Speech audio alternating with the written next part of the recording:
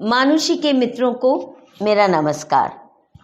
Friends, I am sure आपने भी ये महसूस किया होगा कि भारत में विपक्षी पार्टियों की भूमिका इतनी नकारात्मक हो चुकी है कि यदि मोदी सरकार धरती पर स्वर्ग भी उतार लाए तो उसका भी जमकर विरोध होगा।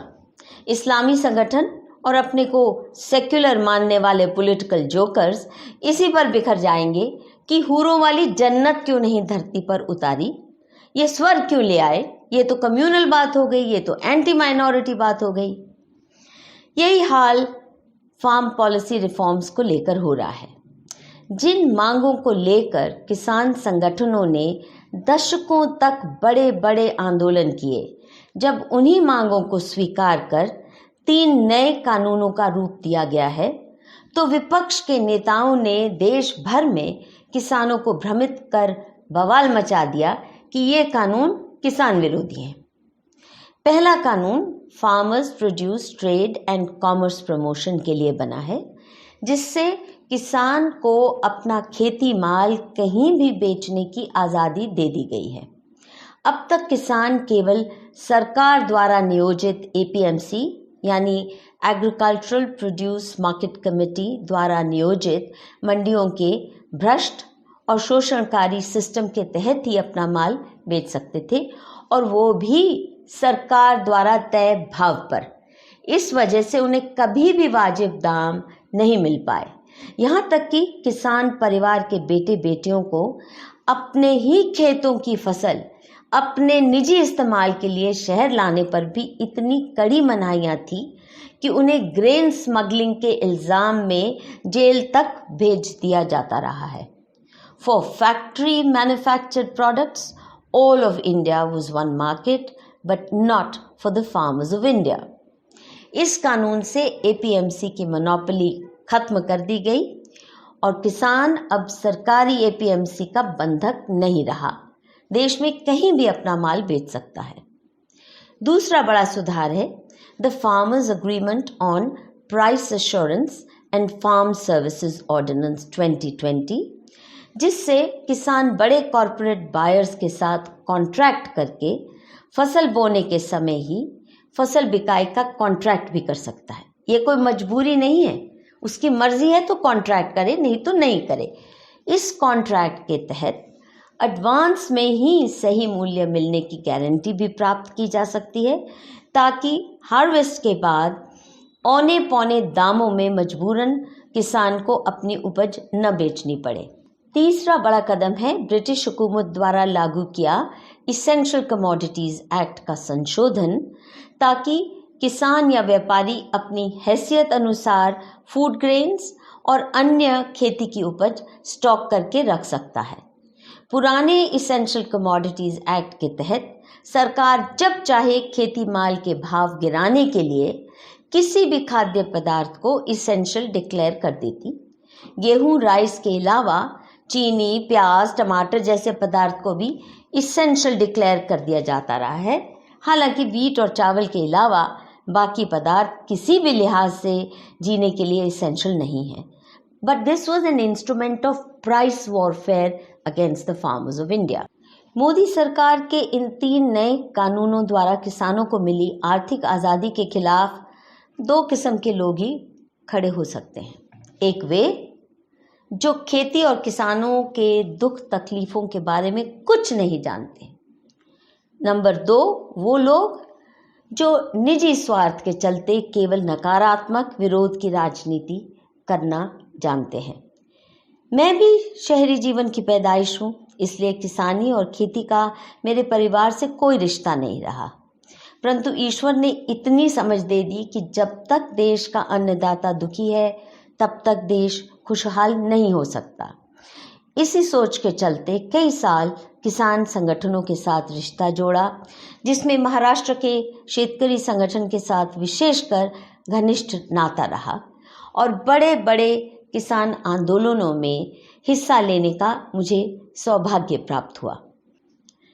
उसी दौर में सन 1997 यानी 1997 में मैंने ये डॉक्यूमेंट्री फिल्म बनाई, जो आपको अंदाज़ा देगी कि कैसी गुलामी में हमारे देश के किसान जी रहे थे। किसानों की कहानी उन्हीं की ज़ुबानी इस फिल्म में सुनाने का मैंने प्रयास किया था।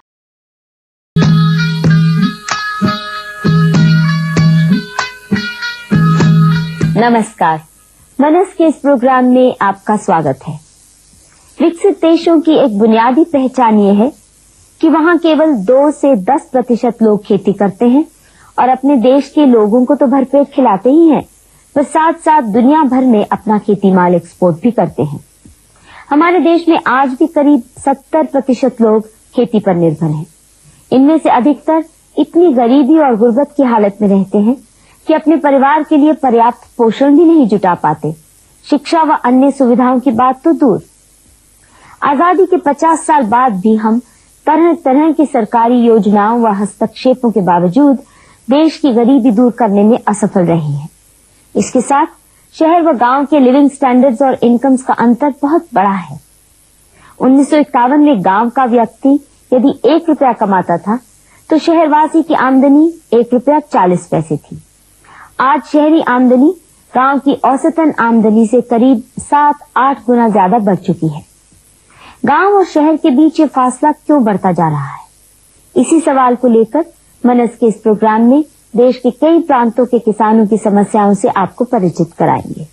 हर वर्ष गांव से उखड़े लाखों करोड़ों लोग खेती छोड़कर शहरों की तरफ रोजी की तलाश में आते हैं। इनमें से अधिकतर इतनी खटेहाली में होते हैं कि फुटपाथ पर, गंदे नालों के किनारे, गंदी से गंदी जगह में छोटी सी झुग्गियों में रहकर रिक्शा चलाकर, फुटपाथों पर पान, बीड़ी, फल सब्जी बेचकर, कूड़ा बीनकर, दूसरों के जूठे बर्तन मांजकर जीविका कमाने को किसानी की जिंदगी से बेहतर समझते हैं। यूं कहने को हिंदुस्तान एक देश होने के नाते एक यूनिफाइड मार्केट है, लेकिन किसानों के लिए सरकार जब मर्जी कहीं भी लक्ष्मण रेखाएं खींच देती है। बंदिशों का सबसे ज्यादा त्रास गेहूं व चावल उगाने वाले किसानों ने सहा है, खासकर हरियाणा और पंजाब के किसानों ने, जिन्होंने हरित क्रांति लाकर देश को अनाज में आत्मनिर्भर बनाया और सारे देश का पेट भरा। इन्हें अपनी ही फसल अपने मनपसंद ग्राहक को बेचने की आजादी नहीं रही है। देश के किसी अन्य प्रांत में तो क्या, अपना उगाया अनाज अपनी तहसील या लोकल मंडी में प्राइवेट ट्रेडर्स को देने पर भी कड़ी मनाहियां रही हैं। पहले तो तहसील लेवल तक भी ये के पब्लिक डिस्ट्रीब्यूशन सिस्टम की वजह से ये करते थे कि एक तहसील से दूसरी तहसील तक नहीं जाने देंगे। तो ये इतना बड़ा दबाव था।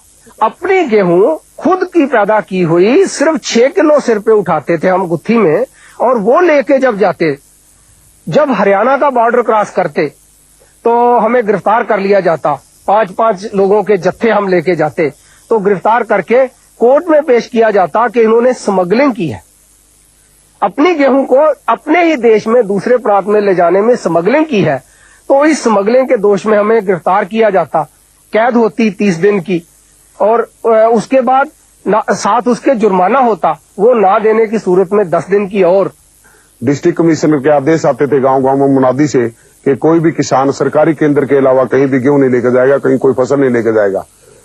किसान मजबूर होकर के अपने घर में अगर गेहूं रख लेते थे तो सरकार जो है पुलिस भेज करके गेहूं घर से निकलवा लेती थी। दूसरे मंडी में ले जाने की कोशिश करते, जैसे शहर में पानीपत में ले जाना है, आसपास गांव में शहर में ले जाना, दिल्ली में ले जाना, तो सरकार बैरियर लगा करके वहां पकड़ लेती थी। ट्रैक्टर ट्रॉली को जो है थाने में ले जाकर उसका चालान कर देती थी, उस पर केस बना देती थी। हम आज भी देखते हैं कि वैगन्स उपलब्ध नहीं कराई जाती, या तो बैंकों को ये कहा जाता है कि इस समय जो गोडाउन में गेहूं किसान रखने की कोशिश करे तो उसको क्रेडिट नहीं देना। व्यापारी के हाथ में अगर गेहूं आ जाता है या चावल आ जाती है तो व्यापारी उस पर कर्जा ले सकता है, लेकिन किसानों को कर्जा नहीं दिया जाता। तो अलग अलग साधन हाथ में लाकर किसानों को मजबूर किया जाता है कम कीमत पर अपनी फसल बेचने के लिए। ट्रेडर उसको खरीद कर रख नहीं सकता क्योंकि आपका एसेंशियल कमोडिटीज एक्ट उस पर लगता है और वो स्टॉकिंग लिमिट्स हैं उसके ऊपर।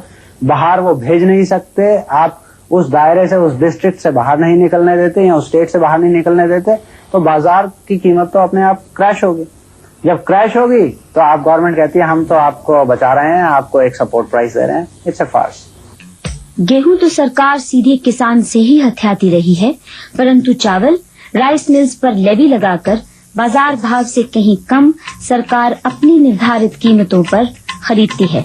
इससे धान की कीमतें बाजार में भी गिर जाती हैं और किसानों के लिए धान उगाना घाटे का सौदा बन गया है। केरल इत्यादि में बहुत से किसानों ने धान उगाना ही बंद कर दिया है। 1996 में सरकार ने घोषणा की थी कि राइस लेवी बंद होगी, पर ऐसा हुआ नहीं। लेवी लगने के बहाने से प्रोडक्शन पर जो है वो कम कीमत पर जो है व्यापारी धान को खरीदता है और बहाना बना देता है कि मैंने लेवी का चावल देना है। इससे किसान को बहुत कम कीमत मिलती है और उसकी जो वैल्यू है वो कम हो जाती है। इस पॉलिसी से प्राइवेट ट्रेडर्स को हरासमेंट जरूर है, लेकिन मुनाफे में कमी नहीं, पर सबसे ज्यादा फायदा है नौकरशाही का। भारतीय खाद्य निगम गवर्नमेंट एजेंसी के थ्रू हमको सप्लाई जो देनी पड़ती है, उसमें जगह जगह पर हम लोगों को उनको सही को सही कहने के नाम के लिए हमको उनके नाम का उनको कुछ देना पड़ता है। वो सही को सही कहने के नाम के लिए कोई क्वालिटी के नाम का है, कोई पेमेंट के नाम का है, तो पेमेंट एंड पेमेंट के नाम के भी, तो हर जगह जो है पैसे का इतना बोलबाला हो चुका है कि उसके लिए भी हर आदमी की कोशिश नहीं होती कि यार इस मामले में इन्वॉल्वमेंट होकर के तो भी लेवी से बचना पड़ता है। वो लेवी में जितना भी चावल ज्यादा जाता है वो सड़ता है गोदामों के अंदर, लेकिन सरकार ये चाहती है कि भाई चलो जितना भी लेवी जो है ना ज्यादा आएगी तो उसके अंदर जो है ना सरकार मुलाजिमों को ज्यादा उसके अंदर उसकी अपनी वो बनेगी। सरेआम जो है ना पैसे लेते हैं, कोई ऐसी बात नहीं है, उसमें चोरी छपे की बात नहीं है। अनाज के व्यापार पर कड़ी बंदिशों की सरकार ये जस्टिफिकेशन देती है कि राशन दुकानों यानी पीडीएस के माध्यम से गरीबों को सस्ता अनाज देना है, परंतु गरीबों तक राशन अनाज कितना कम पहुंच पाता है, इसका अंदाजा इससे लगाया जा सकता है कि लगभग 80% राशन दुकानें शहरी इलाकों में हैं, जबकि 80% से ज्यादा गरीब लोग गांवों में रहते हैं और खुद खेती पर निर्भर हैं। अगर कुछ गरीब ऐसे हैं कि जिनके पास अनाज खरीदने के लिए पैसा नहीं होता, तो शासन की कोई दूसरी नीतियां गलत है जिसके कारण उनके हाथ में पैसा नहीं आता, वो आने के लिए कुछ करना पड़ेगा। लेकिन जो किसान पहले भी गरीब है, गरीब होते जा रहे हैं, उन्हीं से कुछ निकालकर और ये गरीबों को देने की कोशिश है। इसका मतलब ये कि बंबई वालों की कुछ कमी नहीं होगी, दिल्ली वालों की कुछ कमी नहीं होगी, एक गरीब के जेब से निकालकर दूसरे गरीब में डाल देने की कोशिश होगी। गेहूं और चावल के अलावा हमारी सरकार चीनी को भी एसेंशियल कमोडिटी का दर्जा देती है। किसानों को गन्ना भी सरकार द्वारा नियंत्रित कीमतों पर अपने एरिया की एक निर्धारित शुगर मिल को देना पड़ता है। उनकी फसल एक विशेष फैक्ट्री को बॉन्ड होती है, किसी और को बेची ही नहीं जा सकती, परंतु बॉन्ड करने के बावजूद अगर फैक्ट्री पूरी फसलें न लेना चाहे तो किसान को खड़ी फसल जला देने के अलावा कोई चारा नहीं रहता। यानी हर मामले में एक तरफा नुकसान। गन्ने में देने में प्रॉब्लम तो बहुत ज्यादा है।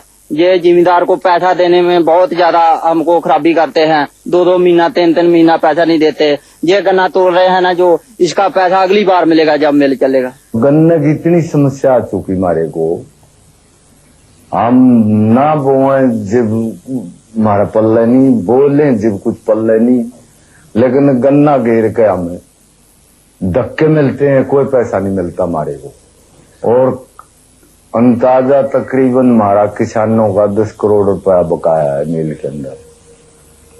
किसी ने शादी करनी, किसी ने सगाई करनी, किसी ने अपनी किस्त भरनी, किसी ने बिल भरने, किसी को जी अपना घर गिरा हुआ है वो बनाना, लेकिन किसान को इतने धक्के दे रहे हैं, कोई संभाल नहीं। वहां जाते हैं तो उनको गालियां देते हैं, भगा देते हैं।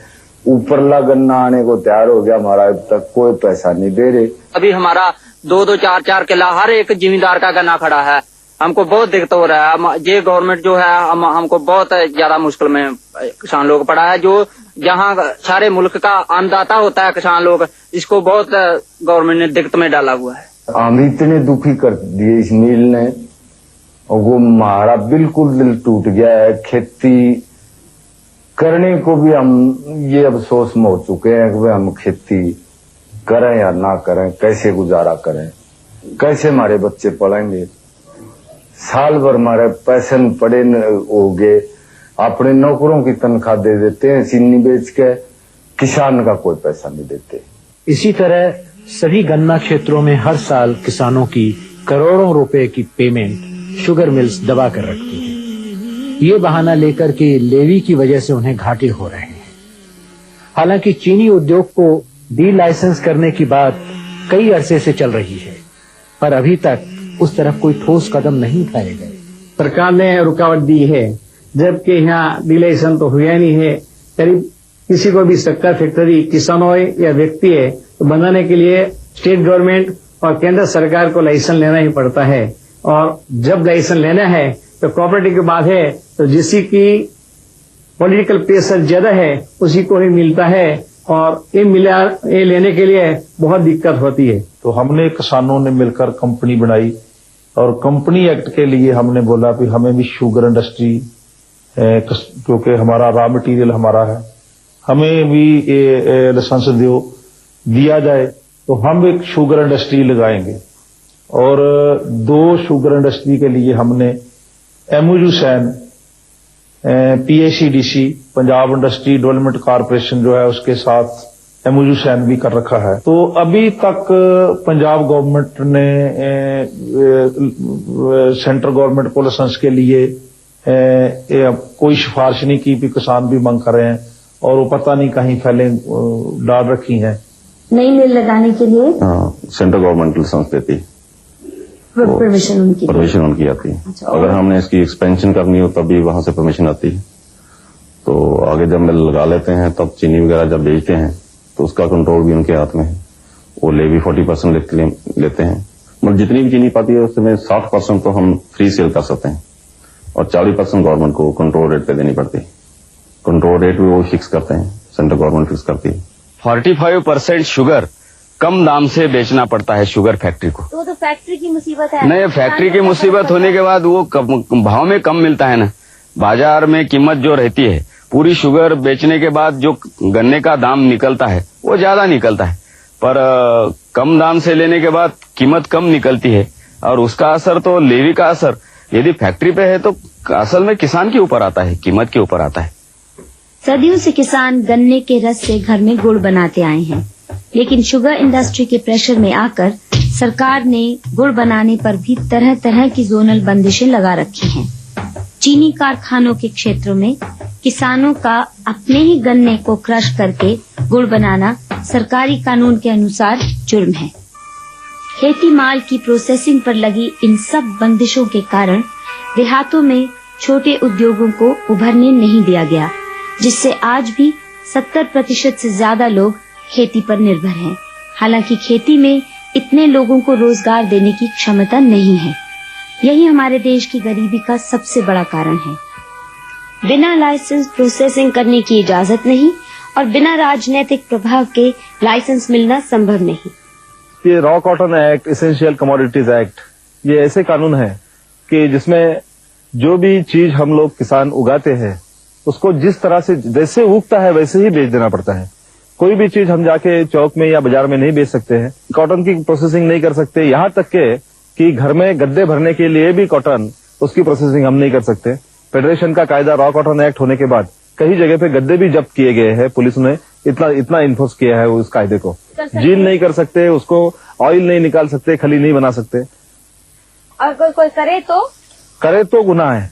ये सब इसलिए कि किसान सरकार द्वारा तय कीमत पर सरकारी एजेंसीज को ही कपास बेचें। इसके अलावा किसानों के लिए जहां मर्जी इकोनॉमिक बॉर्डर्स खड़े कर दिए जाते हैं। महाराष्ट्र के कपास किसानों ने सरकार की मोनोपोली प्रोक्योरमेंट के खिलाफ लंबे आंदोलन लड़े। उन्हें प्राइवेट ट्रेडर्स को या बगल के प्रांतों की मंडियों में अपनी कपास बेचने की इजाजत नहीं। ये सब टेक्सटाइल इंडस्ट्री के दबाव से, ताकि उन्हें कम से कम भाव में कपास मिले। महाराष्ट्र गवर्नमेंट की एक रॉ कॉटन मोनोपोली प्रोक्योरमेंट बोल के पणन महासंघ ऐसी संस्था है जो महाराष्ट्र में ही है। इसके अलावा ओपन मार्केट यानी कि खुली खरीदी महाराष्ट्र में नहीं है।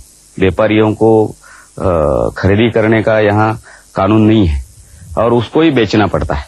हर साल पे सेंट्रल गवर्नमेंट सपोर्ट प्राइस यानी कि आधारभूत कीमत निकालती है हंगाम सीजन के पहले, और उसके आधार से ये फेडरेशन खरीदी करता है। पिछले 20-22 साल में एक 3 साल छोड़ के महाराष्ट्र के कपास किसान को बाजू के जो स्टेट है जहां ओपन मार्केट है, खुली खरीदी है, उससे रेट कम मिले हैं। 200, 300, 400 ऐसे कुछ साल है 500, 700, 1000 तक फर्क रहा है। कि मैं किसान होने के नाते मैंने डिसाइड कर लिया था कि मोनोपोली को मैं नहीं दूंगा, बाहर ही जाके बेचूंगा। जब यहाँ 2100 रुपए मिल रहा था, वहाँ 2400, 2450, 2500 रुपए तक मिल रहा था। जब मैं गया तो मेरे गाड़ी को रोकने का प्रयास हुआ, लेकिन देखा उसने कि भाई ये किसान संगठन का नेता है, तो मेरे गाड़ी को तो छोड़ दिया। लेकिन बाद में 5-6 गाड़ियां जो आई तो एक ही पुलिस स्टेशन 5-5 हजार रुपए, 4-4 हजार रुपए ऐड गया उनसे। और हर जगह पे कहीं पुलिस दिखता है तो 50-100 रुपए उसको देने ही पड़ते हैं। आरटीओ चेकिंग जो होती है दोनों स्टेट की, वहां पे 300-400 रुपए, लेकिन उनका डिसाइडेड रेट रहता है। गए साल में तो ऐसा कंपटीशन रहा कि जो बॉर्डर पे पुलिस चौकियां थी वहां डेपुटेशन करने के लिए फौजदार या इंस्पेक्टर हो, उसके लिए मंत्री और उसके जो लीडर है उसके लिए तो 5-5 लाख 10-10 लाख रुपए दे के वहां ड्यूटी लेते थे। उद्योग में देखें तो उनकी कीमतों पे इतना प्रोटेक्शन दिया गया है, क्योंकि इंपोर्ट कोई चीज नहीं हो सकती, होगी तो 40% इंपोर्ट ड्यूटी लगेगी या 60% इंपोर्ट ड्यूटी लगेगी, और 300% तक भी थी। ठीक है, आज की डेट पे भी आपकी एवरेज ड्यूटी 30% से नीचे नहीं है तकरीबन। तो उस स्थिति में क्या होता है कि इंडस्ट्रियल प्राइसेस, जो औद्योगिक वस्तुओं की कीमतें हैं, वो तो बढ़ जाती हैं, और एग्रीकल्चरल प्राइसेस को आपने दबा के रखा, तो जो टर्म्स ऑफ ट्रेड है इंडस्ट्री और एग्रीकल्चर के बीच में, वो एग्रीकल्चर के अगेंस्ट हो जाता है। कॉटन एक्सपोर्ट पर भी अजीबोगरीब बंदिशें हैं। टेक्सटाइल इंडस्ट्री जब चाहे सिंथेटिक फाइबर और विदेशी कपास इंपोर्ट कर लेती है, पर यहाँ की कपास का एक्सपोर्ट कोटा सरकार हर साल मनमाने ढंग से तय या कैंसिल कर देती है, ताकि इंटरनेशनल मार्केट में उसकी डिमांड के बावजूद कोई ठोस हैसियत न बन पाए। कोटा रिलीज करने में मिलो वाला है, उसका आर्ग्यूमेंट और उसका लॉबिंग ये रहता है कि देश में से जो एक्सपोर्ट होगा रू का, कॉटन का, तो हमारे लिए रू महंगा हो जाएगा और हमारी प्रॉफिटेबिलिटी है वो घट जाएगी, इसीलिए वो मिलो वाला एक्सपोर्ट करना नहीं देता है। अगर नहीं तो ये देश में अभी रू का पाक इतना बड़ा हो गया है कि हर साल 5-10 लाख गठन एक्सपोर्ट करने में कोई मुश्किल ही नहीं है। इंटरनेशनल मार्केट में सेंट्रल गवर्नमेंट, हिंदुस्तान गवर्नमेंट का तो बहुत बड़ा ब्लैक रिकॉर्ड है, क्योंकि ये बोलते हैं एग्रीमेंट करते हैं, बाद में भेजते नहीं है। क्यों नहीं भेजते? यहाँ ये मिल मालिकों का इंटरेस्ट है, यानी कि और मिनिस्टरों का कुछ इंटरेस्ट है कि कॉटन बाहर नहीं जाए, हो जाए, एक्सपोर्ट नहीं हो। क्यों हो? उनका क्या इंटरेस्ट है? उसका इसमें जो मिल मालक है, इनका एक यूनियन है, उसके लिए वो घुस देते हैं, उसका कोई पर्सनल, उसमें बुनकरों का नाम सामने करके सस्ता गठान मिलने की हर साल उनकी कोशिश रहती है। कपास के किसान अगर कहते हैं कि हमारा कम से कम लागत मूल्य निकल आए, इतनी सी कीमत होनी चाहिए, तो उनको ये बताया जाता है कि आपके कपास की कीमत अगर बढ़ाई जाती है तो हाथ माथ पे काम करने वाले लोग आपका सूत खरीद नहीं सकेंगे और नुकसान होगा उनका। हैंडलूम वाले। अब सारी देश में कपास की जो पैदाश है, जो उत्पादन है, उसका 5% भी हैंडलूम वाले काम में नहीं लाते। 90% तो मिल वाले लाते हैं, लेकिन ये 5% लोगों का नाम बता के कपास 90% काम करने वाले मिल वालों के लिए सस्ती की जाती है। हमारा सबसे बड़ा एक्सपोर्ट आइटम क्या है? Garments, clothing. गारमेंट्स एक्सपोर्ट हुए, हम कहते हैं वैल्यू एडिशन एक्सपोर्ट करना चाहिए, बहुत अच्छी बात है, वैल्यू एडिशन एक्सपोर्ट करना चाहिए, लेकिन उसका फायदा किसको गया? उसका फायदा गया इंडस्ट्रियलिस्ट को, किसान को उससे कोई फायदा नहीं गया। किसान अगर अपनी कपास भेजता या ट्रेडर भी उसकी कपास को लेकर बाहर भेजते तो कपास की कीमत ऊपर बढ़ती। तो इसमें जो डिस्ट्रीब्यूशन ऑफ गेन्स है वो बड़ा अनइक्वल है। अगर आप उद्योगों को ज्यादा आरक्षण देंगे, और वो इतना पावरफुल आरक्षण है कि वो कृषि के अगेंस्ट जाता है। कपास, गेहूं, चावल इत्यादि को एक्सपोर्ट होने से रोकने के लिए सरकार ही तय करती है कि मिनिमम एक्सपोर्ट प्राइस क्या हो। ये कीमतें अक्सर इतनी ऊंची रखी जाती हैं कि भारतीय उपज इंटरनेशनल मार्केट में कम्पीट ना कर सके। इसके साथ ही भारत में बिक रहे अनाज से कहीं ज्यादा कीमत पर खुद सरकार विदेशों से अनाज इंपोर्ट करती रहती है ताकि देश के खेती माल का भाव दबा रहे, यानी इंपोर्ट्स द्वारा अपने ही किसानों के खिलाफ प्राइस वारफेयर 92 में इंपोर्ट की और तब जो इस वक्त का यहाँ का भाव था उसके डबल कीमत पे की, 560 के आसपास की, जब यहाँ का प्रोक्योरमेंट प्राइस 280 था। तो हमने भारतीय किसान यूनियन के माध्यम से यहाँ की सरकार को लिखा कि आप बाहर से इतनी कनक बाहर से गेहूं मंगवा रहे हो और हम आपको जितनी चाहो देने को तैयार है, हम आपको 400 रुपए क्विंटल में देने को तैयार है। लेकिन सरकार ने इसकी बजाय बाहर से 560 रुपए में मंगवाई और यहां आके उसको 280 रुपए में बेचा। तो ये वास्तव में डंपिंग है। यहाँ का पैदा करने वाले का दबा के रखने के लिए ये एक इस्तेमाल किया हुआ हथियार है। यही दोहरी नीति बैंकिंग में भी लागू है। शहरों में तरह तरह की कंपीटिंग बैंकिंग संस्थाएं हैं। अब तो फॉरेन बैंक्स को भी बिजनेस की इजाजत मिल गई है, परंतु ग्रामीण बैंकिंग पर आज भी सरकार की पूरी मोनोपोली है और उसके कई कायदे सूदखोर महाजनों से भी बदतर हैं। 1887 का पंजाब लैंड रेवेन्यू एक्ट जब यहाँ अंग्रेजों की सरकार थी, उस जमाने का हमारा ये कानून है। उसकी धारा 67A के अंदर ये है कि किसान को गिरफ्तार करो बगैर किसी उसके FIR दर्ज किए, सीधा एक बैंक का कर्मचारी जाता है, किसान को पकड़े जीप में डाल करके और उसको जेल में डाल देता 40 दिन के लिए। मारे को वहां ले जाकर पीटा भी जाता है, जेल भी कराया जाता है, धमकियां भी देते हैं, भूखे तिशाए भी मारे को रखते हैं। वहां रख कर फिर मारे को कहते हैं या तो पैसे भर, यानी तेरी जमीन को भी हड़प करेंगे, तेरे को जेल में देंगे। तो ऐसे व्यवहार होते हैं हमारे साथ। और वो कानून यहाँ तक अमान्य है कि आज कोई 302 का या बड़ी बड़ी धाराओं में चलान होते हैं, लेकिन ये संविधान के अंदर है कि किसी बड़े से बड़े अपराधी को 24 घंटे के अंदर मजिस्ट्रेट के सामने पेश किया जाता है। लेकिन ये इतना बड़ा अपराध भी नहीं है, जिसने अपनी प्रॉपर्टी दी हो, रैन की हो, तो इतना बड़ा अपराध भी नहीं है। तो उसमें किसान को फिर 40 दिन के अंदर जेल में डाल दिया जाता है। कि हमारे गरीब उनकी गरीबी गांव से प्राप्त करते हैं। शहर में जो गरीब होते हैं तो गांव से गए, वहां गए हुए निर्वासित गरीब होते हैं। अगर वो गरीब है तो उसका कारण यह है कि खेती गरीब है।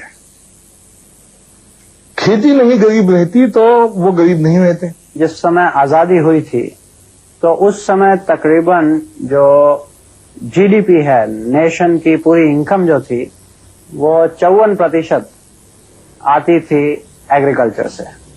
और कितने लोग काम करते थे एग्रीकल्चर में? तकरीबन 71%, 72% के करीब लोग काम करते थे। 1996 में तकरीबन 30% इनकम जो है वो आती है एग्रीकल्चर से। तो 54 से 30% पे तो नेशनल केक का कंट्रीब्यूशन जो एग्रीकल्चर से आ रहा है, कृषि से, वो है। लेकिन लोग कितने कम हुए वहां से? वो अच्छा साइन है, लेकिन लोग कितने कम हुए? वहां जो वर्किंग पॉपुलेशन है वो 71% से लेके 65% पे आई है।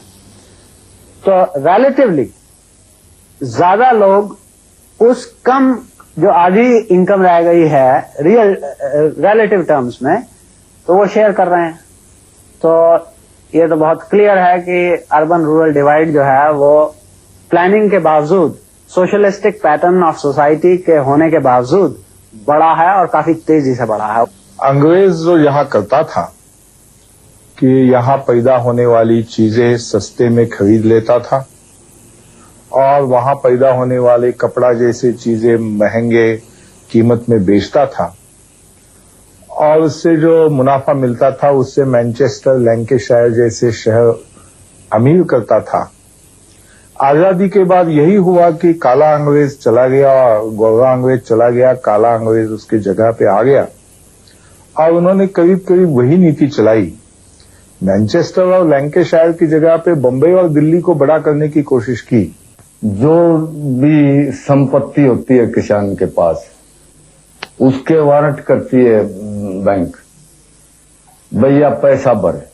नहीं, आपकी जो भी संपत्ति है, भैंस डंगर, जो भी बैल, बुग्गी, मकान, जमीन, ये आपकी बोली की जागी, इसकी अपनी मनचाही सरकार उसको दे देती है दूसरों को। तो उसके पास साधन नहीं होता, फसल मारी जाती है, बीमारी लग जाती है, कीड़ा लग जाता है, तो कई मजबूरियां आ जाती हैं, नहीं उसके पास किस्त भरने के लिए होती कि जो भी अपराधी जेल में जाता है उसको सरकार खाना देती है, सरकार उसको रेस्ट देती है। लेकिन यह भी किसान के साथ दूसरा है, जब 40 दिन जेल में किसान रहेगा तो उससे खर्चा भी उससे लिया जाएगा उसका खाने का।